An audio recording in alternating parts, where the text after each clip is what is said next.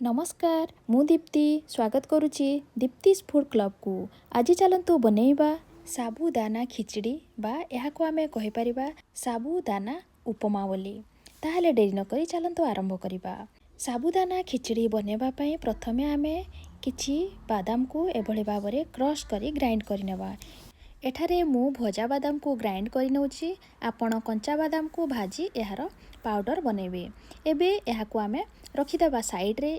एठारे मु गोटे कप रो साबुदाना नेइछि आउ यहाँ को मु 2 थरो धोई सारला परे यहाँ को गोटे कप साबुदाना रे गोटे कप पानी दे यहाँ को मु ओवरनाइट सोक करी रखितिली। आपण चाहिले यहाँ को 7 रु 8 घंटा बतुरै कि मध्य नै परिबे।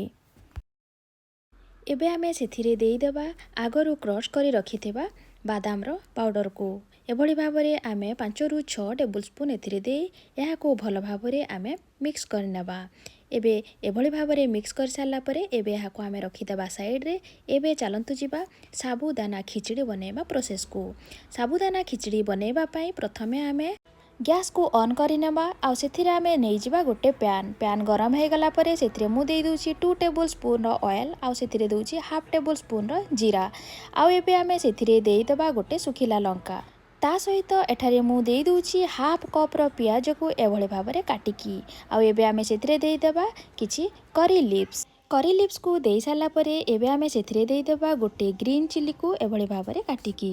ग्रीन चिली रो मात्रा आपण कम बेसी करि परिबे। ग्रीन चिली को देई साला परे एबे आमे सेथिरे ऐड कर देबा आगरु काटिकी रखिथिबा गोटे स्मॉल साइज रो आलू को देई साला परे एबे आमे यहाँ को किछि समय पाए एभଳି भाबरे फ्राई करि नेबा जेमिति आलू भल भाबरे सिझि जिवो। एबे देखंतो आलू को आमे एभଳି भाबरे घोड़ेई की भल भाबरे सिझेई नेबा आ आलू हल्का सिझि गला परे एबे आमे सेथिरे ऐड कर देबा गोटे स्मॉल साइज रो टमाटो को। आलू आ टमाटो को आमे भल भाबरे कुक हेबा पर्यंत छाड़ी देबा। एबे आमे सेथिरे देई देबा स्वाद अनुसार लूण। एबे यह भल भाबरे होई सारलाणी। एबे आमे सेथिरे देई देबा किछि बादाम को एभଳି देबा द्वारा यार टेस्ट अधिका भल लागि थाए। एबे चलंतु आमे सेथिरे ऐड कर देबा आगरु रेडी करी रखिथिबा साबुदाना को एभଳି भाबरे देई सारला परे आमे भल भाबरे यहाँ को मिक्स करि नेबा। आउ एबे सेथिरे आमे ऐड कर देबा हाफ टेबल स्पून रो लेंबू रस को देई सारला परे ए सब को आमे एबे भल भाबरे मिक्स करि नेबा। आउ यहाँ को मिक्स करि सारला परे एबे मु सेथिरे देई दूची 1/4 टेबल स्पून रो चीनी एठारे ऑप्शनल, आपण चाहिले नै परिबे नहले याको स्किप मध्य करि परिबे। एबे यहाँ को आउ थरे भल भाबरे आमे मीडियम फ्लेम रे एभଳି भाबरे मिक्स करि नेबा। एबे आमे गैस रो फ्लेम को ऑफ कर देबा। एबे देखंतु रेडी हो गला हमर गरमा गरम साबुदाना खिचड़ी बा साबुदाना उपमा। यहाँ को एबे आमे सर्विंग बाउल रे सर्व करि नेबा।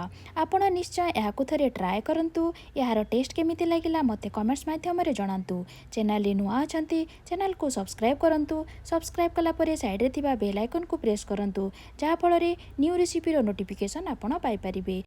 पुणी देखा आउ एक नुआ रेसिपी सहित सेति पर्यंत जय जगन्नाथ जय मां समलेई।